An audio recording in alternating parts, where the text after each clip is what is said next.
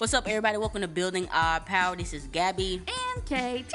And we're back with another episode. Thank you so much, everyone, for listening to our last episode. And very, very extreme thank you to everybody who donated to a last minute donation effort. We were able to raise $210 in 2 days, all of which went to baby formula. We were able to get 9 boxes of baby formula. We even got a half gallon of milk, got some frozen vegetables, and some frozen chicken. And we were able to donate that to our community fridge. Pictures of that are on our social media at Building Our PWR. Also, if you want to continue to support in helping us contribute to our local community fridge in Binghamton, you can hit the links in our description. Our PayPal and Cash App have changed to make sure everything is uniform and not confusing, so definitely check out those links. All right, guys, so today's episode, we're going to be talking about abolishing schools. Gabby wants to go ahead and read something first, so Gabby, if you want to, go ahead. Well, firstly, KT brought this up this week and made a huge commotion on Twitter talking about abolishing public education. Some people said she was being inconsiderate for saying that you need to expand your political imagination and all that stuff. We'll get into it. So, on a more somber note, in Memphis, Tennessee, our city, last week, there was an incident at a elementary school, Cummings Elementary, it's K through 8, where a 13-year-old brought a gun to school and shot another kid. And, there was police everywhere. The kid fled, and they eventually caught him. The victim is alive and going to recover. But the boy has been charged with, as an adult, first-degree attempted murder. How old is this kid? 13 years old. Oh, my gosh. And to make matters worse, they expected all students to report to school the very next day. Some kids had actually witnessed that with their own eyes. Oh, my God. Been traumatized, and them folks said come right back to school. And the superintendent and all his minions were over there cheesing along with all the workers that were forced to come there along with the children. And if you read the comments, you see the parents that are just outraged, rightfully so, saying our kids literally were traumatized. They saw somebody get shot yesterday, and y'all wanted them to come back for a photo op. The superintendent was sharp. He had a nice designer suit. All them women looked so pretty with their makeup and their high heels, all to create a PR move. And they quote-unquote had counselors there. But what sense does that make? What sense does that make? And don't you know, this is the state of public education at this point.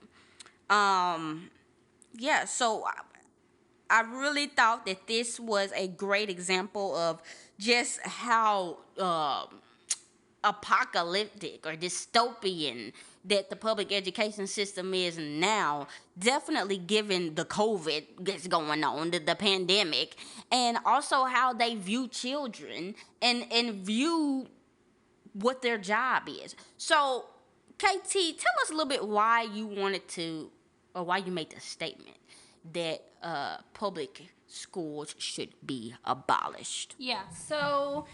So on Twitter, you guys know I'm literally always on Twitter causing havoc, but there was some kind of conversation. This guy had asked basically a question that was like, hey, what would school look like in anarchy, right? And so I answered, and I was like, well, it's basically not going to look like school at all. And I said that because, think of it this way. When you go to school currently, what happens? You are currently being basically told to do whatever. Every second of your day is being monitored. From the moment you get in that door, somebody is telling you what to do.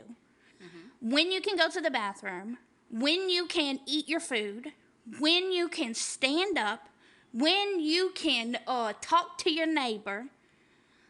School, literally, every single moment, you're being dictated by someone. So when I think of school, I think of it as like a tool for the state. And so on Twitter, I said, anything for the state or anything created by the state is for the state. Yep. And that's true not just with school, but with literally anything else within this system. Right. And so, yeah, someone had basically quote tweeted it, and it really wasn't anything crazy, but they were just saying that, hey, we needed to come up with something other than saying that, you know, a school's a bad idea and we should abolish it. And the truth is that I think that it's up to us to be able to decide what school's going to look like outside of having to dictate children at every step of the way. Yeah. Do you think, I mean, Gabby, I know that you work within the school system. So, like, what does the average day look like for a student? And not just, like, white students, but black students, too, in comparison. Okay. I will compare, because I don't know if you've heard my story. I've told it a long time, for a lot of times. But I went to a private school, K through 12, on a scholarship. And, you know, with some connections or whatever. But I had a totally different experience. And when I started working in public schools, it was very eye-opening to me. So I don't know, you know, for people who ain't been in school in a long time, if you've been in it, it's pretty much the same thing. When I watch those documentaries about prison, when I watch Beyond Scared Straight, when I watch 60 Days In, that stuff is hard to watch and that stuff is very eye-opening or whatever. But when I take a step back, I'm like, yeah, if I was a little kid in this public school situation, it's the same exact thing. I work with little ones and I'm around the kindergartners, first graders, everything like that. It is literally run like a correctional facility. Literally. There is no freedom. There is no choice. Kids are being yelled at 24/7. They're barely allowed to scratch their back without somebody saying something to them. They can't talk in class. They can't talk in the hallway. They can't talk at lunch. They don't have recess. And the only time when they're able to have some sort of freedom is when they go like to maybe a PE class, which even that is very structured because there's a curriculum to follow. So as far as if we were to say in an ideal world, the point of school was to help develop children, teach them how to think critically, teach them how to be independent, create and instill in them values that they would need in life. If the value is to make somebody emotionless, to make somebody aggressive and angry, to make somebody hate learning, to make somebody feel powerless, yeah, public education is 100% on point, and that is a great system for which they can live in. If the point is to start criminalizing kids early, start putting labels on them, start introducing them to police officers and scaring them straight and stuff like that, 100%. If it's to not teach conflict resolution, 100%. So yeah, that's the short version of kind of the way public schools run. I was talking to you earlier, and I was thinking about because you went to a private school, but I went to a public school. And public school, like you said, is completely different. But, like, there's one part, for me at least, in public school that was, like, really important, I feel like, as far as, like, radicalizing me. And it was the extreme, like, it's so clear who has rich parents and who doesn't have rich parents. It was class. It was racism. It is so clear when you go to public school. The kids who are poor get made fun of every single day of their lives. Mm-hmm. The kids who parents cannot afford to support like a babysitter to help them out and things like that, have extra help around the house, you can tell because those kids are coming to school in the same exact clothing. Mm-hmm. School is not a community effort like it should be. Yeah. School is very much, just like everything else in this system, it is very much individualistic, and it literally continues and supports our current system. Yeah. But think about this. Think about why bullying potentially. I mean, I don't have the stats on it. But think about some of the reasons why bullying, why fighting, why school shootings like at Cummings happen so more prevalently in public schools. Like, let's go back to how I said that it runs. Yeah. It's based on aggression, it's based on fear, it's based on dominance, it's based on you being submissive.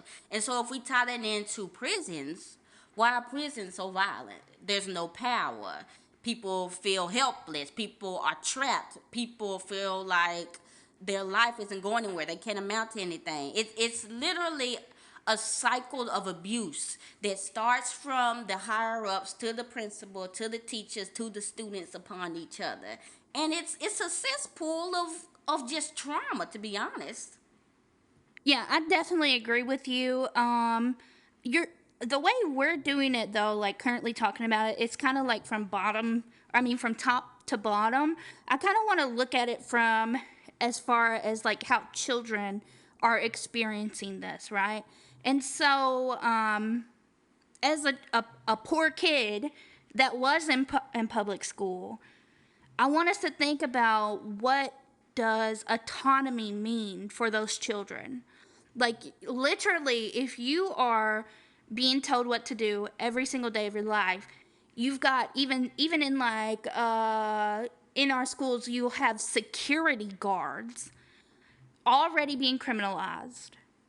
You have no say-so in what you're allowed to learn. You have no say-so in what you're allowed to eat every day. You have no say-so in literally anything. Where do we start? How do we determine, or how do we expect these children to grow up and not have, like you said, some kind of trauma? Not to mention, okay, so this is kind of the same thought, but think about it this way too. As far as like a lot of people say, oh, well, we need more funding. Funding is not going to help give these kids autonomy. Funding is not going to help these kids not be bullied. Yes. Funding is not going to help these kids out of poverty within their family system. Right. We are literally, just because you add funding to schools does not mean that the entire system is going to change. If anything, like Gabby said, up at the top, they're going to get the most money. They are. We cannot, again, just like... But here's the thing about it, because I at one point also had this liberal frame of thinking, like, if we just paid the teachers more, like, absolutely 1 trillion%, teachers need to be paid more. They need more teachers in the classroom. Right now, there are kindergarten classrooms with 26, 27 students, one teacher. Imagine the COVID, the everything, the no learning. So yes, we need those things. But again, like you said, you can have all the money in the world, but some systems are intended to run a certain way. Yep. Even if for whatever reason every black school in every corner of America had an iPad, had a Mac, had a computer, had this class, had that class, had this one, we still living in capitalism, baby. And there still has to be a lower class. Yeah. So, and we've seen this as black people have started to achieve, have started to get degrees, have started to become more educated. How come those things no longer are the keys to obtain wealth and success? Because with more people going up, we still need a lower class. Yes. So those standards of what you need to achieve, if everybody's meeting those standards, they're no longer going to be the standards. And I think that's important whenever we're talking about racism, right? Yeah. Like, that is directly in correlation to whiteness. That's directly in correlation to white supremacy and our entire colonialist system. That without us deconstructing that and completely abolishing that system, the entire system, not just reforming pieces of it, that's not going to change. Right. Yeah. And I'm saying this also to say that I remember in college I read this book.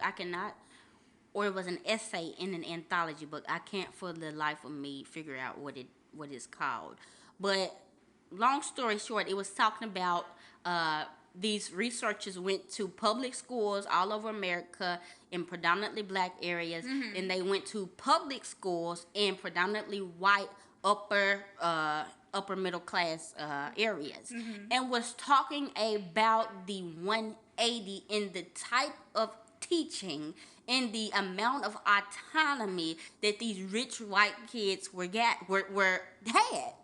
It said literally these schools were training these people to be the leaders of America. They had choice. They had autonomy. They learned critical thinking. They were exposed to all different types of arts and this and that, because that's what their role is. That is their role. Their role is to keep the generational wealth of their family going. That's what these people are investing in. That's what they want to happen. Our role as poor working class people, as black and brown people, is to work in the warehouses. Yep. It don't matter how much money you give us. Somebody got to work at Amazon, and that will be you. Yep. So all this talk of reform and the public education, and we need to rethink, and opportunity gap, it's giving me naive. It's giving me, for some, willful ignorance. It's giving me I haven't read a history book.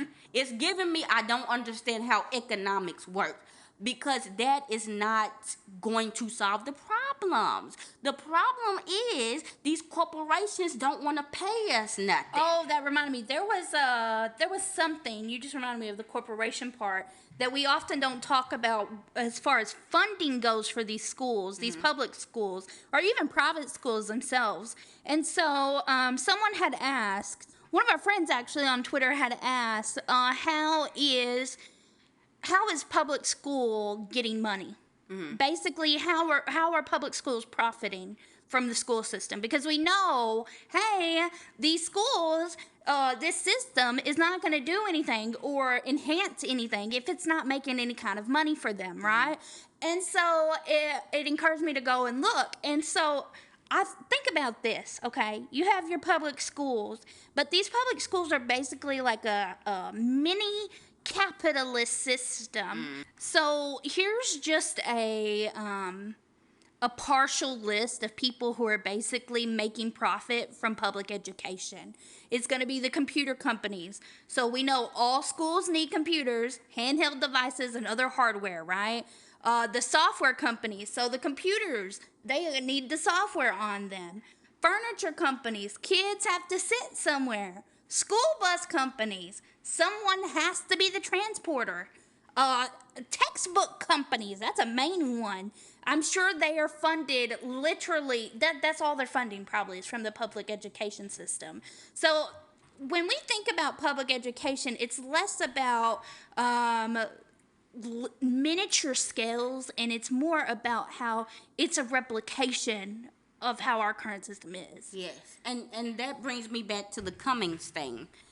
It was like, damn, y'all can't miss one day of funding, because you know they get money according to how many booties are in the seats. Right. So y'all couldn't miss one day of funding after them kids literally saw a quote-unquote attempted murder. It was that crucial. And we can tie it to COVID. Same thing. These kids are being packed like sardines, and the teachers are in there packed with them. We don't have enough funding to hire more people to clean the schools. It is a cesspool of germs. People are dying, folks' family members are dying, and they still over here talking about truancy. They still over here talking about grades. They still over here talking about tests. They still over here telling the teachers ain't no excuses. Do better. And these superintendents making, some of them, millions of dollars a year. Some of them making more than the mayor of the city. Literally. So long story short, when you know this information and you learn it, because some of us, you know, it may have been a long time since we were in school. We ain't got no kids. We really don't be thinking about it. Right. If you didn't know this information, I would understand why you wouldn't understand abolish the schools. But now with just like a little fragment of some stuff that we told y'all, you can see why the public education system in itself needs to be destroyed. It's based on classism, based on racism, and does not benefit us and our children in any way. So because of this, I wanted to think about, because you know, first thing first going to say, what's the alternative? So I want us to take, you know, some of the principles we believe in with communism and anarchism, and think of some ways that maybe we can in the future teach our children and teach people in general that's not hierarchical, that allows for autonomy and allows for people, we didn't even get into this, different learning abilities. Literally. To be able to learn without being alienated, ostracized, and separated.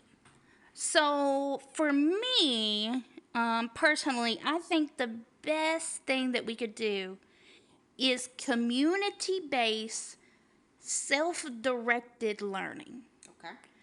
That basically means that not only is it going to be quote-unquote teachers that's going to be helping, not only is it going to be your parents that are helping, but it's going to be people within your own community, within your own neighborhood, that's going to do schooling with you, unschooling with you, essentially is what it's called. So what I want to do, I'm gonna read a little bit of what unschooling is, because I think it's important. But unschooling is an informal learning that advocates the learner choose chosen activities as a primary means for learning. Unschoolers learn through their natural life experiences, including play, household responsibilities, personal interests, curiosity, internships, and work experience. This also includes mentors, your family, people that are obviously within the community that's going to help. So to me, raising children and educating children is a community-based effort, even for people who do not have kids. Yes, yes. It should be a combined situation. Yes, I definitely agree with what you were talking about. I work with pre-K, and interestingly enough, whoever it is that designed that, it's totally different than your standard K through 12 type of learning. Actually, they encourage choice among the children. They encourage you listening to the children. They encourage you incorporating play and dance in every aspect of learning. They get recess. They have a curriculum where, like, if a child says something, like, it's no shushing them down. You have to listen to what they say. You have to tend to their emotional needs, no matter how long they've been talking. It's interesting. I mean, obviously, it's not implemented, and the people really don't care about it. And they do the little evaluation once a year, and that's the only time they care about it. But it's just interesting seeing that is something that people know that works, but we won't just implement it for everybody because they have standardized testing. No, but here's why, okay? Let's say, okay, so if everybody knew that was supposed to be how it was, if the whole community was involved in that, if Grandpa had to be held accountable because he wasn't teaching his children correctly, or grandma of the child over there, and everybody was held accountable because of that grandma over there, the whole community they'd be doing it. You see what I'm saying? It's about shame. Sometimes you have to shame people into doing things correctly. No, I'm saying, like, how would that work in a structure? Well, it It never worked in a wouldn't. structure. That's why I said it's not But going to look like that's school. why I agree with you. Yeah. You will need more in order to cultivate that type of learning experience. For one person, you would need maybe no more than 3 kids. Yep. That's maybe even a lot. I'd say 2. In order to really allow them to have choice, explore without you becoming overwhelmed, without people not being able to learn, with everyone having a voice, that would have to be the way that it is. And also, big thing, obviously in this system, there will be no grades, report cards, tests, standardized tests. There'll be no any of that stuff, because all that stuff is, it's just a way to, for one, instill that compliance. You not listening to what I'm saying, even though I'm boring as hell.